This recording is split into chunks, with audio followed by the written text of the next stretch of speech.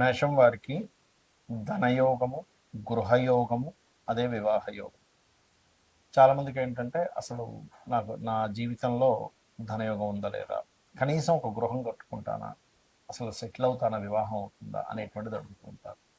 ఈ యొక్క విషయాన్ని మీకు మీరుగా ఎలా చూసుకోవాలి జన్మజాతకంలో? అసలు ధనాన్ని ఇచ్చే కారకుడు ఎవరు, వివాహాన్ని ఇచ్చే కారకుడు ఎవరు, గృహాన్ని ఇచ్చే కారకుడు ఎవరు, అది ఒక్కొక్కసారి కొన్నిసార్లు స్పాయిల్ అయినప్పుడు ఏం చేయాలనే విషయాన్ని నేను కంప్లీట్గా డీటెయిల్డ్గా ఈ వీడియో మొత్తం చెప్తాను. కాబట్టి మీరు ఏం చేస్తారంటే ఈ వీడియోని మొత్తం పూర్తిగా విన్నట్లయితే మీకు మీరుగా సెట్ చేసుకోవచ్చు.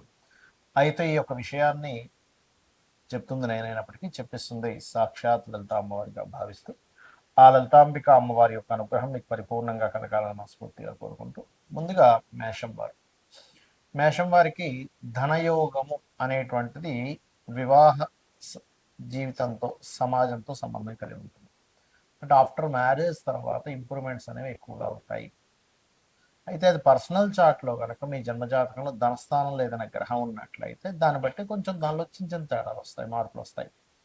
కాబట్టి ముందుగా మీరు ఇంప్రూవ్ చేసుకోవాల్సింది ఏ గ్రహాన్ని అంటే శుక్రగ్రహాన్ని.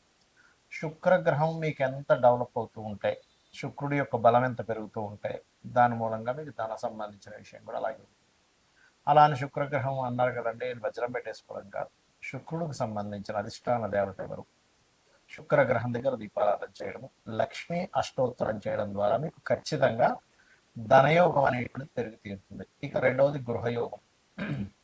చంద్రుడు చతుర్థాధిపతి అయినందుకు సర్వసాధారణంగా మీకు ఏంటంటే లైఫ్లో అది రెంటల్ హౌస్ అయినా ఓన్ హౌస్ అయినా సరే మాటి మాటికి ఎక్కువగా మారడాలు జరుగుతుంటాయి, ఎవరికో స్థిరమైన గ్రహం ఒకటి ఉంటే తప్ప. చంద్రగ్రహం దగ్గర దీపారాధన చేయడము, అదేవిధంగా రాజరాజేశ్వరి అమ్మవారి యొక్క ఆరాధన చేయడం చేసినట్లయితే కూడా మీకు ఆ యొక్క దోషం అనేటువంటిది పోతుంది. అంటే ఆ బలం అనేటువంటిది పెరుగుతుంది.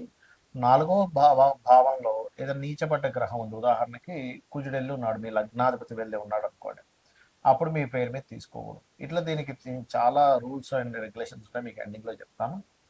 అదేవిధంగా ఇక్కడ వివాహానికి ధనానికి ఇద్దరు ఒకరే మీ మేషానికి, అంటే శుక్రుడే అవుతాడు. మరి శుక్రుడు కదండి ప్రతి మేషలగ్నం వారికి వివాహం వెంటనే అయిపోవాలి కదా అనుకుంటారు. ఎందుకంటే శుక్రుడు ఫాస్ట్ మూవింగ్ ప్లానెట్, అలా ఉండదు ఎప్పుడు కూడా. ఈ శుక్రుడు ఎవరితో కలిసి ఉన్నాడు, ఎలా ఉన్నాడనేది చూడాలి. అయితే అది మీ పర్సనల్ చార్ట్ బట్టి ఉంటుంది. మీకు వివాహం త్వరగా అవ్వాలంటే శుక్రగ్రహం దగ్గర దీపారాధన చేయడము, శుక్రగ్రహానికి ప్రదక్షిణాలు చేయడము, గోవులకి మన తేనె పూసిన చపాతీలు ఒక 3 చపాతీలు తీసుకెళ్ళి తినిపించడము, ఓం కామేశబద్ధ మాంగళ్య సూత్ర శోభిత కందరాయే నమః అనే మంత్రం కనుక చేసినట్లయితే ఖచ్చితంగా మీకు గృహము, వాహనము, వివాహ యోగాలు కలుగుతాయి. కొంతమందికి చూడండి బాగా చదువుకుంటారు కానీ ధనబలం సరిగ్గా ఉండదు, మరి కొంతమందికి గృహం ఉండదు, కొంతమందికి వివాహం ఉంది ఎంత సెటిల్మెంట్ అయినా కూడా. దీనికి కారణాలు ఏమిటి? మీ యొక్క జన్మజాతకంలో రెండవ స్థానం డీయాక్టివేట్ అయిపోయింది, అంటే డెడ్ అయిపోద్ది ఒక్కోసారి, అంటే బ్లాక్డ్ భాగ్య చక్ర, భాగ్యం ఉంది కానీ బ్లాక్ అయిపోయింది. ఇప్పుడు ధనానికి కేవలం రెండవ స్థానం ఒకటైనా కాదు, రెండవ స్థానము, పంచమ స్థానము, భాగ్యస్థానము, లాభస్థానము, ఆరవ స్థానం కూడా ధనాన్ని ఇస్తుంది, దశమం కూడా ఇస్తుంది, ఎందుకంటే దశమం అంటే వృత్తి కాబట్టి. ఈ ఆరిట్లో ఏ స్థానం బాగుందో చెక్ చేసుకోండి ఫస్ట్ మీరు. ఏ స్థానం బాగుందో చెక్ చేసుకొని ఆ రిలేటెడ్గా మీరు ప్రయత్నం చేయండి ఫైనాన్స్ కోసం. అప్పుడు మీకు ఏమవుతుందంటే బాగున్నటువంటిది మీకు ఫలితాన్ని ఇవ్వాలి. ఇక్కడ ఇప్పుడు మీరు చూడండి, ఒక 4-5 కూరగాయలు కొనడానికి వెళ్ళారు ఉదాహరణకి, అక్కడ అన్నిట్లో ఏది బాగుందో తీసుకున్నారు. ఇప్పుడు దాని రిజల్ట్ ఎలా ఉంటుంది, దాని కూర వండుకుంటే బాగుంటుంది కూడా. అలాగే సేమ్ యాజ్ ఇట్ ఈజ్ మీ ధనాధిపతి, పంచమాధిపతి, షష్టమాధిపతి, దశమాధిపతి, భాగ్యాధిపతి, లాభాధిపతి, ఇన్ని ఆప్షన్స్ ఉన్నాయి, కేవలం ఒక ధనాధిపతినే కాదు. వీటిలో ఏది ఉందో చూసుకోండి. మీ ధనము ఏ యోగంలో ఉంది, అంటే ఉద్యోగం చేయడం ద్వారా ఉందా, విదేశాలకు వెళ్ళడం ద్వారా ఉందా, లేకపోతే వ్యాపారం చేయడం ద్వారా ఉందా, ఆ వ్యాపారం కూడా మీరు కొన్ని సార్లు చూడండి సర్వీస్ రిలేటెడ్ చేస్తారు, మన కొంతమంది ప్రోడక్ట్ అమ్ముతారు, కొంతమంది ఆన్లైన్లో అమ్ముతారు, కొంతమంది షాప్ పెట్టి అమ్ముకుంటారు. ఇది అసలు ఎందులో ఉంది అనేది తెలుసుకోవాలి. ఇది ఎలా తెలుసుకుంటాము? మీ ధనాధిపతి దేంతో, 3వ అధిపతితో ఉన్నాడు మీడియేటింగ్ ద్వారా, 4వ అధిపతితో ఉన్నాడు రియల్ ఎస్టేట్, 5వ అధిపతితో ఉన్నాడు ఉదాహరణకు 5వ స్థానం, అది 5వ అధిపతి మెడికల్ రిలేటెడ్ ఆరోగ్యానికి సంబంధించిన ఏదైనా అనుకోండి, అది ఎంతసేపు డాక్టరే అవ్వాలని రూల్ లేదు. 6 అధిపతితో ఉన్నాడు. లోన్స్ ఇవ్వడం ద్వారా కూడా డబ్బులు వస్తాయి కొంతమందికి, లేదా ఉద్యోగం చేయడం 7 అనుకోండి. ఈవెంట్స్ లేకపోతే 11 అన్న ఈవెంట్స్, బిజినెస్లు కూడా అనుకోవచ్చు. ఏంటంటే రీసెర్చెస్ ద్వారా, లేకపోతే తాతగారి ప్రాపర్టీ ఏదైనా ఉంటే, లేకపోతే మనకి డయాగ్నోటిక్ సెంటర్స్. 9 అనుకోండి టీచింగ్, 10 అనుకోండి జాబ్, 11 అనుకోండి మళ్ళీ అగైన్ బిజినెస్, 12 అంటే సర్వీసెస్ మూలంగా విదేశాలు వెళ్ళడం ద్వారా ఎలా ఉందో చూసుకోవాలి. అలాగే గృహయోగం విషయంలో కూడా మీరు ఏంటంటే అసలు మీకు తాతగారిది కానీ తండ్రి గారిది కానీ అనుభవించే యోగం ఉందా లేదా. కొంతమంది చూడండి, తాతగారి ప్రాపర్టీ ఉందండి కానీ అది కోర్టు కేసులో ఉంది. తాతగారి ప్రాపర్టీ ఉంది కానీ మేము అనుభవించలేకపోతున్నాం, అది పంచడం లేదు, మాకేం లాభం, అది ఎప్పుడు పంచుతారో తెలియదు అంటూ ఉంటారు. అంటే మీ పర్సనల్ చార్ట్లో తాతగారి ప్రాపర్టీ అనుభవించే యోగం లేదనుకోండి, ఇలా జరుగుతుంది.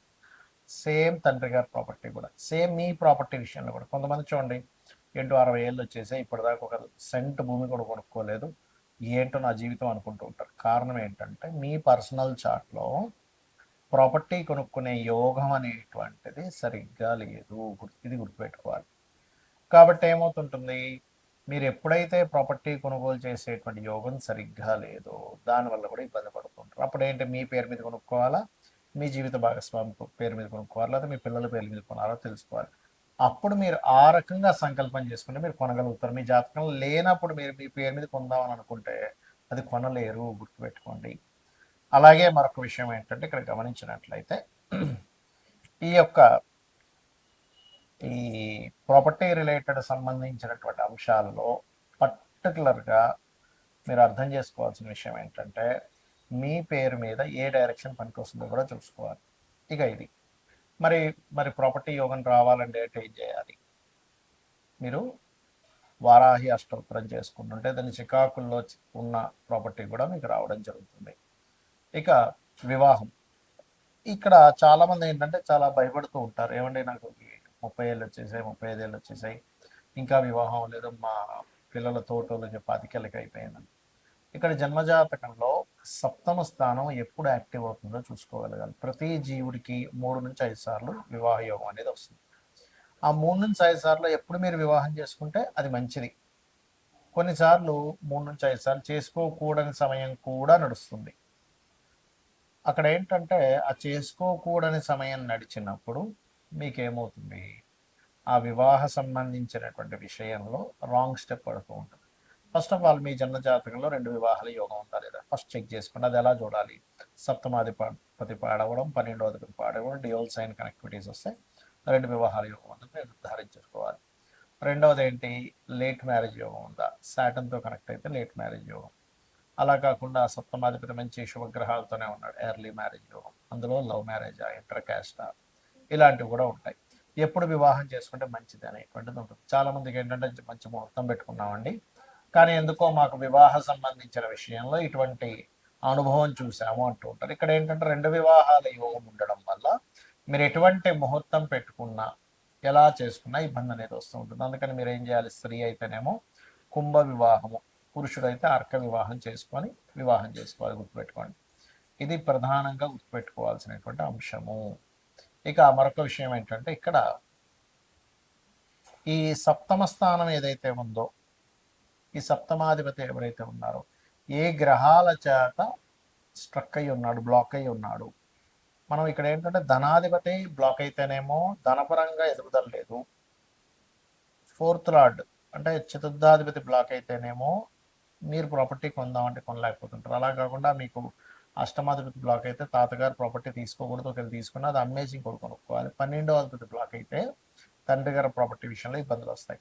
సో ఇక్కడ ఏది బ్లాకింగ్లో లేదో అది ఉంచుకోవచ్చు, మిగిలిన అమ్మేసి ఇంకోటి కొనుక్కోవాలి. ఇది చాలా చాలా ఇంపార్టెంట్, మన లైఫ్ని పూర్తిగా తిప్పుతుంది ఈ యొక్క అంశం అనేటువంటిది.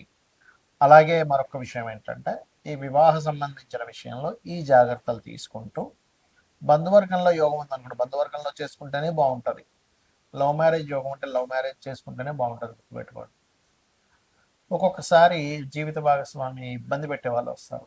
అది మీ పూర్వజన్మల్లో కర్మలో ఉన్నటువంటి విషయం. ఆ కర్మని మీరు తగ్గించుకోవడానికి లలితాసహస్రనామాలు రెగ్యులర్గా చేసుకుంటూ, ఇప్పుడు ఆల్రెడీ వివాహం అయిపోయిందండి కానీ చాలా ఇబ్బంది పడుతున్నాం అని అనుకునేటువంటి వారు ఓం శివకామేశ్వరాంకస్త శివా స్వాధీన వల్లభాయై నమః అని మంత్రం చేస్తూ ఉండండి. మీకు అన్ని విధాలా బాగుంటుంది.